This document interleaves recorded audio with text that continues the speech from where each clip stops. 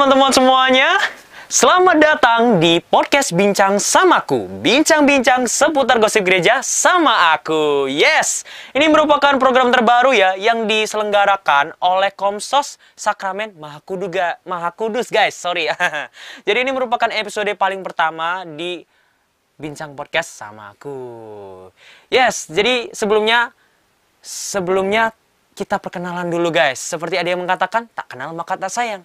Kalau udah sayang, jangan ditinggal lah guys. Aduh sakit itu guys. Perkenalkan, nama saya Renzo Bolareva. Saya biasa dipanggil dengan Renzo. Dan tentunya saya akan menemani teman-teman semuanya di podcast Bincang Samaku. Nah, gimana nih kabar kalian semua? Semoga kita selalu disertai oleh Tuhan Yang Maha Kuasa. Dan juga diberikan kesehatan selalu oleh Tuhan Yesus ya guys. Mantap. Kalian sadar nggak sih kalau waktu ini berjalan cepet banget loh. Bayangin aja kita sekarang udah ada di masa prapaskah lagi guys.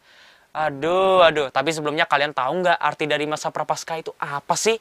Nah, bagi kalian semua yang belum tahu, mari kita bahas bersama di Bincang-bincang seputar gosip gereja sama aku.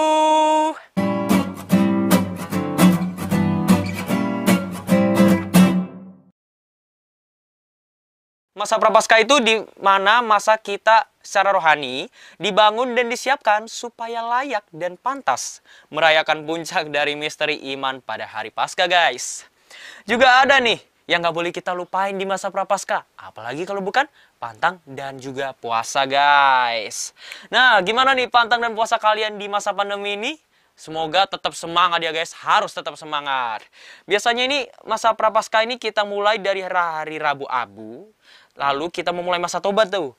Dan sampai Jumat Agung mengenang kematian Tuhan guys. Bahkan sekarang aja udah setengah jalan nih sampai ke Jumat Agung. Jadi kita harus tetap semangat ya guys. Menjalani pantang dan puasa kita walaupun kita dilanda oleh pandemi COVID-19 ini ya. Mantap. Kalian kalau pantang gini biasanya pantang apa guys? Ada yang pantang daging? Atau ada yang pantang marah? Atau ada yang pantang cemburu nih sama doi kalian? Ayo ngaku siapa nih yang di sini pantang cemburu sama doi? Kalau aku sendiri sih pantang makan ikan sih ya guys ya. Aku juga mau kasih tahu nih, kalau pantang makan daging ini wajib banget loh guys. Mau kalian suka atau nggak suka makan daging, harus tetap pantang makan daging guys, oke? Betul sekali, karena itu wajib di ajaran gereja guys. Aku juga ada satu cerita nih. Jadi kan setiap hari Jumat ini aku pantang makan ikan ya. Tapi nggak tahu kenapa setiap hari Jumat itu di atas meja makan itu selalu aja ada ikan. Nggak ngerti siapa yang siapin.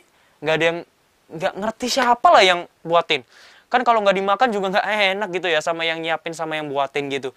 Jadi ya mau nggak mau ya aku makan deh. Kalian ada nggak sih yang kayak gitu? Pastinya ada dong ya. Dari tadi aku sudah bahas nih ya tentang pantang dan puasa, tapi belum menjelaskan arti penting dari pantang dan puasa itu apa. Oke deh, langsung saja kita bahas ini dia arti penting dari pantang dulu ya. Jadi guys, arti penting secara yuridis itu tidak makan daging guys. Makanan lain yang kita sukai maupun hal-hal yang lain yang kita sukain.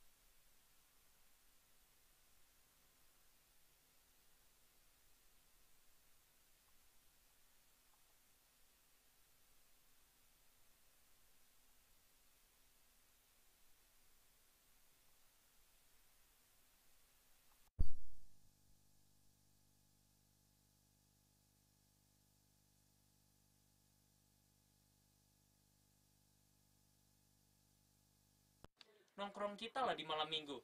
Mungkin kita bisa mengisi malam minggu kita ini dengan mengikuti kegiatan APP.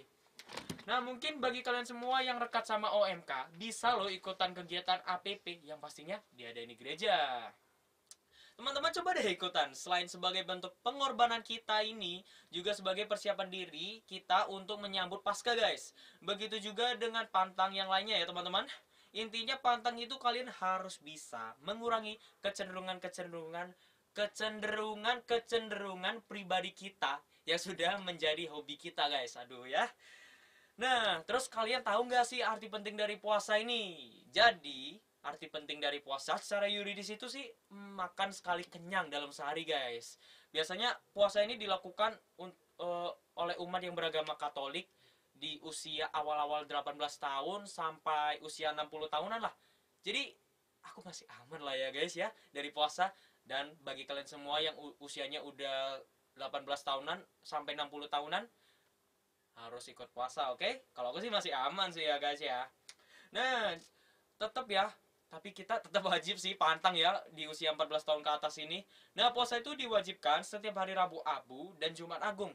Tapi kalau kalian semua yang terlalu rajin puasa sih boleh loh setiap hari. Ya, hitung-hitung apa ya? sekalian sekalian diet gitu ya. Kalau aku sih udah gak perlu diet ya kayak gini nih. Tapi yang perlu digarisbawahi, puasa itu bukan sekedar menahan lapar aja loh teman-teman.